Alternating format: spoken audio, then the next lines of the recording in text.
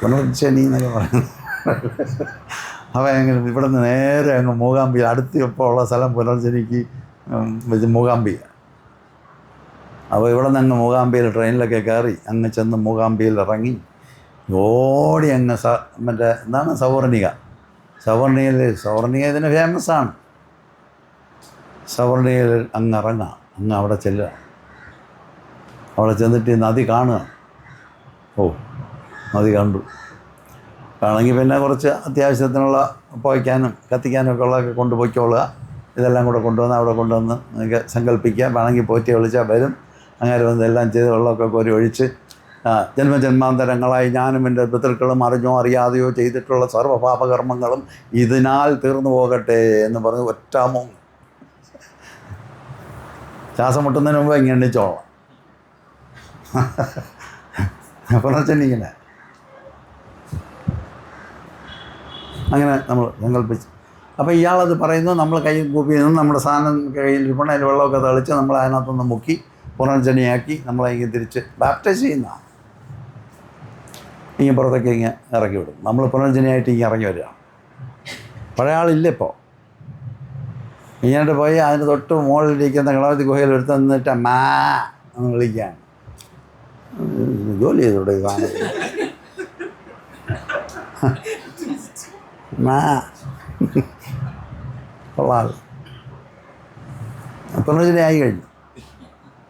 ഇങ്ങനെ സംഭവിക്കും. ലൈഫിലോട്ട് നോക്കിക്കോളൂ. നമ്മൾ ഈ വേദാന്തമൊക്കെ ലൈഫിനകത്ത് നോക്കി പഠിക്കണ്ട. ലൈഫിനകത്ത് നോക്കി ഇതൊക്കെ കാണാം. പുനർജനിയൊക്കെ ആയി. പക്ഷേ സംഭവം ഇത് പിടിക്കുന്നില്ല. നമ്മുടെ ഭാരതവർഷം എന്ന് പറയുന്നത് ദണ്ഡികളുടെ രാജ്യം അല്ല. വലിയ സെയിൻസുകളുടെ രാജ്യം. അവിടെ നാണം കെടുത്താൻ വേണ്ടി കാവ്യം കൊടുത്തെടുത്താൽ വന്ന് അമ്മ എന്ന് വിളിക്കുക എന്ന് തോന്നിക്കും. അപ്പം പുനർജനിയൊന്നും ആയില്ല എന്ന് അർത്ഥം. പിന്നെ ഒരിക്കൽ കൂടെ മുങ്ങാമല്ലോ. പിന്നെ അവിടെ അല്ലേ കിടക്കുന്നു. ഒരാഴ്ച അവിടെ കിടക്കാൻ പോയിരിക്കില്ല. ഇപ്പോൾ രാവിലെ വൈകുന്നേരമൊക്കെ പോയിട്ട് മുങ്ങുക.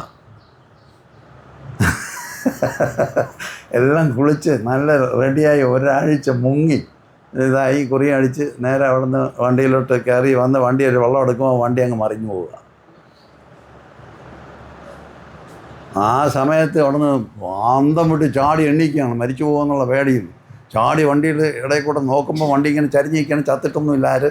അപ്പോൾ അതിനകത്തൂടെ 5 എണ്ണം ഒരു ചെറിയ മറ്റേ ട്രാൻസ്പോർട്ട് ബസ്സിൻ്റെ ചെറിയ കമ്പി ഇങ്ങനെ ഇട്ടിരിക്കുന്നതിൻ്റെ മുകളിൽ മാക്സിമം ഒരാൾക്ക് കയറാം. അതിനകത്തൂടെ 5 എണ്ണം തല ഇട്ടുകൊണ്ടിരിക്കും. ഈ മറിഞ്ഞങ്ങ് താഴെ കംപ്ലീറ്റ് പോകുന്നതിന് അകത്ത് വെച്ചിട്ട് ഈ 5 ബോഡിയും കൂടെ അതിന് കുത്തി കയറ്റി ഇതിൻ്റെ മുകളിൽ കയറി രക്ഷപ്പെടാൻ നോക്കുക. ഇതെല്ലാം എൻ്റെ അനുഭവത്തിൽ നിന്നാണ് ഞാൻ പറയും.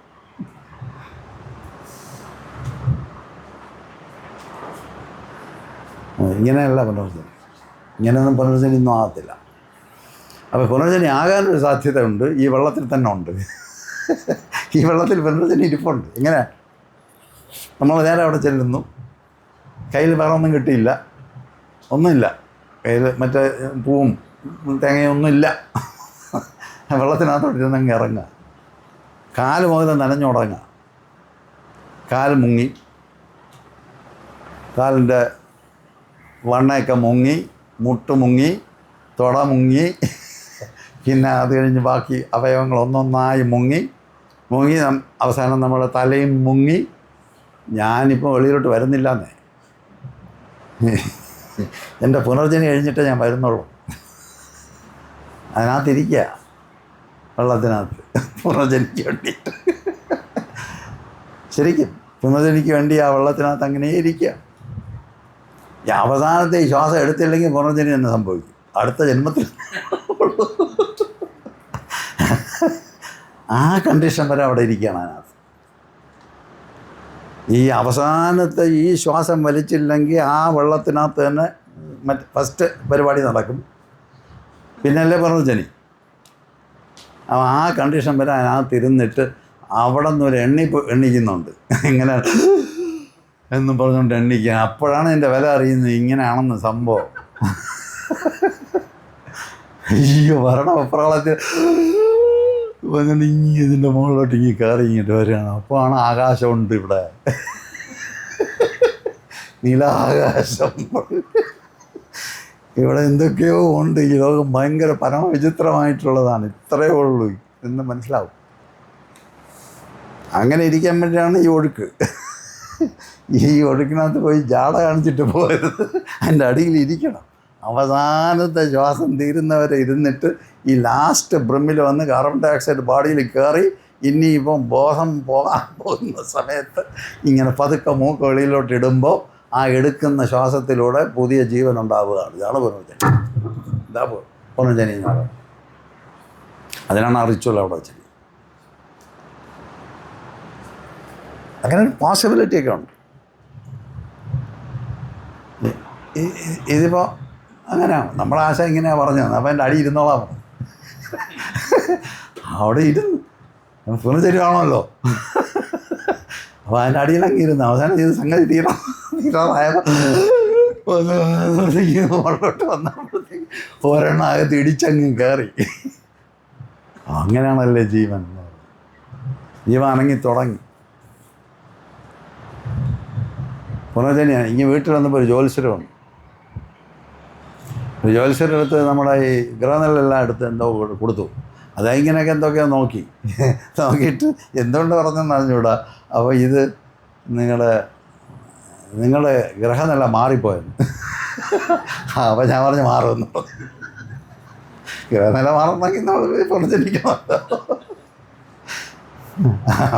അപ്പം ഇനി നോക്കണ്ട, ഗ്രഹനില മാറിയല്ലോ.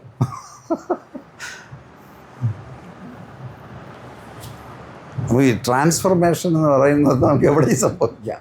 ഇങ്ങനെ നമുക്ക് ചുളിവിലെടുക്കുകയും ചെയ്യാം, ഇങ്ങനെ മാറാം. അപ്പോൾ ഇത് അനുനിമിഷം പുനർജനിച്ചുകൊണ്ടിരിക്കുന്ന മനുഷ്യന് ഈ പാസ്റ്റിനെ പിടിച്ചു വെച്ചിട്ട്, ആ ട്രൈറ്റും പിടിച്ചു വെച്ചിട്ട്, ആ രീതിയിലുള്ള ബ്രെയിനിൻ്റെ വർക്കും പിടിച്ചു വെച്ചിട്ട് പുനർജനിയൊന്നും സംഭവിക്കില്ല. പുനർജനി വേണമെങ്കിൽ നടക്കത്തില്ല, സാധ്യമല്ലാത്ത കാര്യമാണ്. അപ്പോൾ നമ്മൾ ഇതിന് സറണ്ടർ ചെയ്തിട്ട് നിന്നിട്ട് നമ്മളുടെ മാറ്റത്തിന് നമ്മൾ കാക്ഷിക്കുന്നവർക്ക് ഈ മാറ്റം എപ്പോഴും നമ്മുടെ കൈപ്പത്തിയിലിരിക്കുകയാണ്. അത് നമുക്ക് എപ്പോൾ വേണമെങ്കിലും മാറാം. ഈ മാറ്റമാണ് നമ്മൾ ഉദ്ദേശിക്കുന്ന മാറ്റം, സ്പിരിച്വൽ ട്രാൻസ്ഫോർമേഷൻ എന്ന് പറയും. അപ്പോൾ ഇപ്പോൾ മനസ്സിലായില്ലേ, നല്ല എളുപ്പമുള്ള കാര്യമാണ്.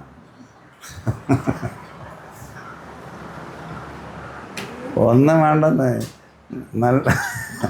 നല്ല എളുപ്പമാണ് ഇത്. എളുപ്പ പരിപാടി ഞാൻ പറഞ്ഞുതരാം. നേരെ വഴുതിക്കട്ടൊരു ടെക്സ്റ്റൈലുണ്ട്, നേരെ അവിടോട്ട് കയറണം. കയറിയിട്ടൊരു കാവി തുണി വാങ്ങിക്കണം, എളുപ്പം കിട്ടും. ആ സാധനത്തിന് ഇങ്ങനെ വാങ്ങിക്കണം, വാങ്ങിച്ചുകൊണ്ട് ഇങ്ങനെ കൊണ്ടുവരണം. പൈപ്പ് തുറന്നിട്ടൊരു കുളിയും കുളിച്ചിട്ട് ഈ കാവി എടുത്ത് അങ്ങ് കൊടുക്കണം. കാവി എടുത്തിട്ട് ഞാൻ പഴയതൊന്നും ചെയ്യാൻ പോകണില്ല, തീരുമാനിച്ചു. ഞാൻ ഇതുവരെ ചെയ്തുകൊണ്ടിരുന്ന ഒന്നും ചെയ്യാൻ പോകണില്ല ഇനി.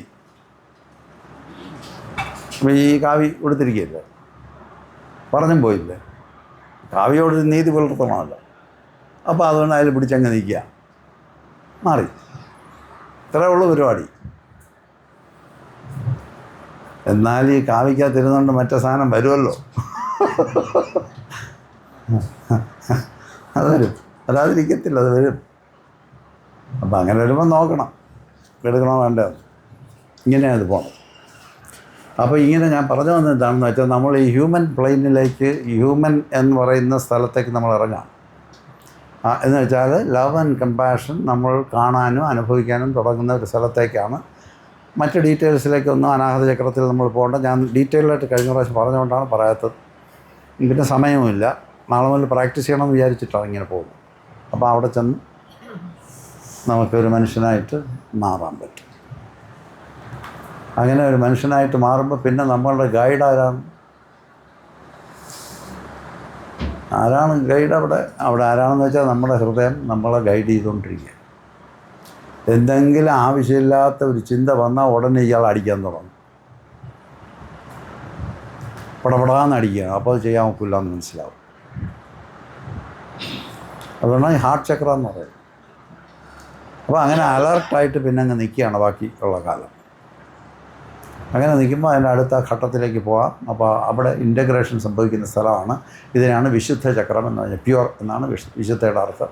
വിശുദ്ധ ചക്രത്തിലേക്ക് കടക്കാൻ അവിടെ ചെല്ലുമ്പോഴത്തേക്കും ഇൻ്റഗ്രേഷൻ അവിടെ നടക്കാം. കമ്മ്യൂണിക്കേഷൻ ആൻഡ് ഇൻറ്റഗ്രേഷനാണ് അതിൻ്റെ ആസ്പെക്റ്റ്. അപ്പോൾ അവിടെയും പഴയ സ്പിരിച്വൽ കാര്യങ്ങൾ കമ്മ്യൂണിക്കേറ്റ് ചെയ്യാനുള്ള ആർജ് ഭയങ്കരമായിട്ട് അവിടെ നിൽക്കും. അങ്ങനെ ഒരു ആർജ് അതിനകത്ത് നിൽക്കും. ആ ആർജിനെ നോക്കിയിട്ട് കമ്മ്യൂണിക്കേറ്റ് ചെയ്യാം. അങ്ങനെ കമ്മ്യൂണിക്കേറ്റ് ചെയ്തുകൊണ്ടിരിക്കുമ്പോഴത്തേക്കും നമുക്ക് അതിൻ്റെ പേരിൽ ഒരു പ്രൈഡ്, അവിടെ ഉണ്ടാകുന്ന ഒരു പ്രൈഡുണ്ട് വിശുദ്ധ ചക്രത്തിൽ. ആ പ്രൈഡ് നമ്മളെ ബാധിക്കാതിരിക്കും. അപ്പോൾ കമ്മ്യൂണിക്കേഷൻ എന്ന് പറയുന്നത് പുറത്തോട്ടല്ല അകത്തോട്ടാണെന്ന് തിരിഞ്ഞു വരും. അങ്ങനെ അകത്തോട്ടുള്ള കമ്മ്യൂണിക്കേഷനിലേക്ക് നമ്മൾ ഇറങ്ങി നിൽക്കുമ്പോൾ ഇൻറ്റഗ്രേഷൻ സംഭവിക്കും.